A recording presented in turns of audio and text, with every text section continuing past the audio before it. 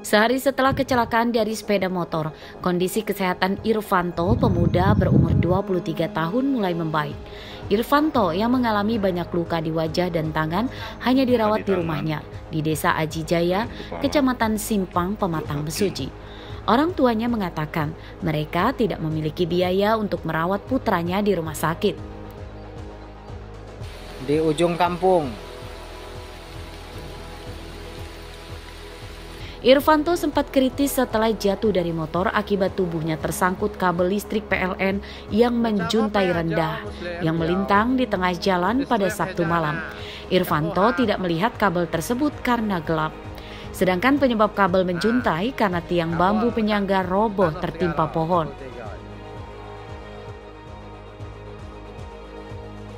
Udah ketahuan sama warga, dibawa ke dokter.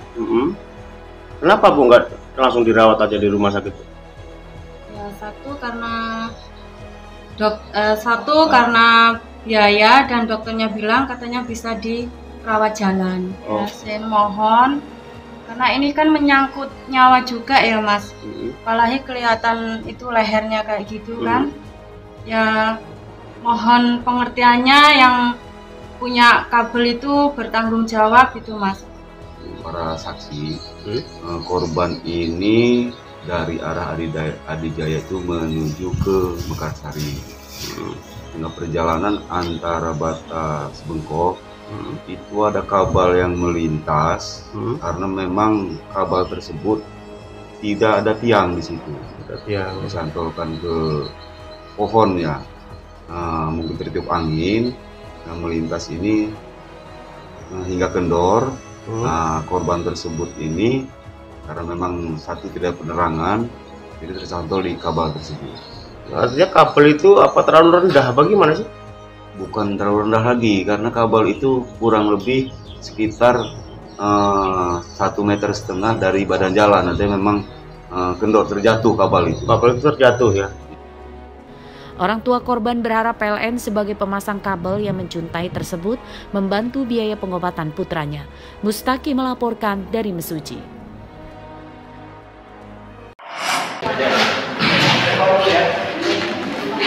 Mantan pegawai BRI di Kecamatan Labuhan Ratu, Bandar Lampung divonis hukuman 6,5 tahun penjara. Terpidana bernama Arianto mengorupsi dana kredit usaha rakyat atau KUR hingga 1,2 miliar rupiah dengan modus merekayasa sekitar 20 UMKM fiktif. Vonis dibacakan Hakim Pengadilan Tindak Pidana Korupsi Tanjung Karang di Kecamatan Teluk Betung Utara, Bandar Lampung. Namun vonis itu lebih ringan dari tuntutan jaksa yang menuntut terdakwa dihukum 7,5 tahun penjara. Dalam kasus tersebut, Arianto sudah berpengalaman sebagai mantri KUR karena sudah lama bekerja di BRI. Akhirnya ia tergiur memanipulasi kredit modal usaha salah satu bank BUMN tersebut. Kebohongan terdakwa terbongkar setelah diaudit kantor akuntan publik. Menyatakan terdakwa Arianto SE bin nomor tersebut di atas telah terbukti secara sah dan yakinkan bersalah melakukan tindak pidana korupsi yang dilakukan secara berlanjut sebagaimana dalam dakwaan pelanggaran penuntut umum. 2. Menjatuhkan pidana kepada terdakwa Arianto SE bin nomor pada paling dengan pidana penjara selama 6 tahun dan 6 bulan dan denda sejumlah 300 juta rupiah yang terdapat apabila denda tidak dibayar dengan pidana penjara kurungan selama 2 bulan. Menghukum terdakwa untuk membayar uang pengganti sejumlah 1.233.770 rupiah paling lama dalam waktu 1 bulan sesudah putusan ini membayar uang hukum tetap. Jika tidak membayar uang pengganti tersebut, maka harta bendanya dapat disita oleh jaksa dan dilarang untuk menutupi uang pengganti tersebut. Pada putusan hakim, terpidana juga didenda 200 juta rupiah serta diwajibkan mengganti kerugian negara 1,2 miliar rupiah. Untuk membayarnya, pihak pengadilan menyita aset tanah dan bangunan milik terpidana. Artsadi Saputra melaporkan dari Bandar Lampung. Bangunan beserta sertifikat hak milik nomor. Ada yang sudah diadili, ada juga kasus penyaluran kredit usaha rakyat atau KUR fiktif yang masih dalam tahap penyelidikan. Di antaranya yang sedang ditangani Kejaksaan Negeri atau Kejari Bandar Lampung dengan jumlah korban mencapai 132 orang yang seluruhnya merupakan warga Kelurahan Gunung Sari, Kecamatan Tanjung Karang Pusat. Hingga Senin siang, penyidik Kejaksaan Negeri Bandar Lampung telah memeriksa 14 saksi, 2 orang diantaranya adalah karyawan bank milik negara atau BUMN. Sedang telah dilakukan penghitungan oleh tim audit internal mereka dan telah kami juga mintai keterangan. Sudah hampir terlihat bahwa berapa ditemukan indikasi yang dirugikan tersebut. Dan beberapa juga nasabah-nasabah telah kita lakukan pemeriksaan, kurang lebih yang telah dilakukan pemeriksaan atau dimintai keterangan di bidang tindak khusus pada proses penyelidikan ini kurang lebih 10 orang. Terungkapnya kasus tersebut bermula ketika ratusan warga Kelurahan Gunung Sari mendatangi kantor Kejari Bandar Lampung pada bulan Juli lalu. Mereka mengaku sebagai korban penyaluran kredit KUR. Para korban didatangi juru tagih utang atau debt collector padahal mereka belum pernah mendapatkan uang kredit itu. Modus yang dibangun ya, ibu-ibu ini hanya dipinjam identitas dan diiming-imingi akan diberikan uang. Faktanya ibu-ibu ini tidak pernah menerima uang ya, tidak pernah menerima uang yang dijaminkan yang untuk dipinjamkan itu tidak pernah diterima oleh ibu-ibu. Bahkan pada prosesnya ibu-ibu ini hanya diminta KTP KK ya, KTP KK, kemudian jaminan itu sudah disiapkan semua, jaminan kemudian tempat usaha itu sudah disiapkan semua oleh si oknum ini gitu loh.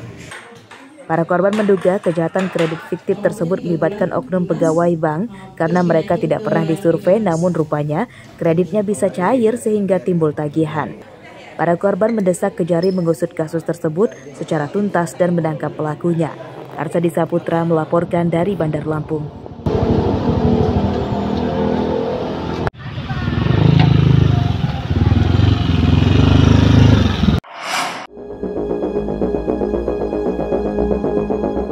Konflik harimau dan manusia di Kecamatan Suwoh dan Bandar Negeri Suwoh, Lampung Barat ditangani berbagai pihak, termasuk Badan Penanggulangan Bencana Daerah atau BPBD. Perlu ada solusi jitu untuk menangani konflik tersebut sebab sudah ada 6 orang korban selama tahun 2024 dengan rincian 3 meninggal dunia dan 3 luka akibat diserang harimau di kebun.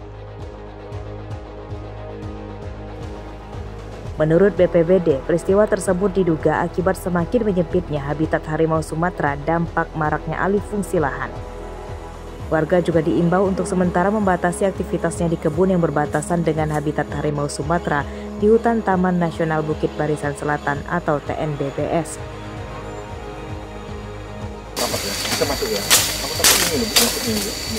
Terdapat 4 desa yang berbatasan langsung dengan TNBBS akan ditetapkan sebagai zona berbahaya.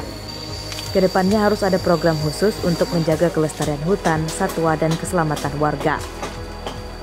Tujuan utama ini adalah bagaimana kita sebenarnya memberikan kesadaran kepada masyarakat ya, melalui solusi yang konkret bahwa area-area di sekitar 4 pekon ini emang menjadi teritori dan habitatnya harimau Sumatera ini.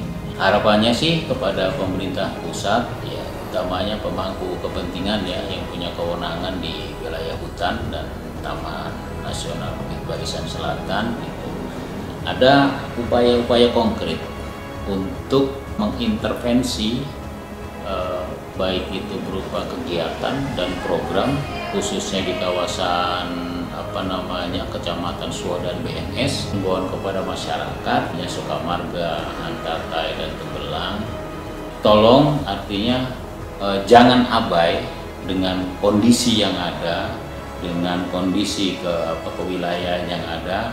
Kita harus selalu waspada supaya kondisi atau kasus seperti ini tidak terjadi. Sebelumnya, 1 harimau Sumatera ditangkap. Untuk mengantisipasi serangan harimau, Satgas Gabungan dari Pemda, BKSDA, Balai BNPBS, TNI hingga Polri akan kembali memasang kamera pemantau dan kandang jebak. Rosandi melaporkan dari Lampung Barat. Oh,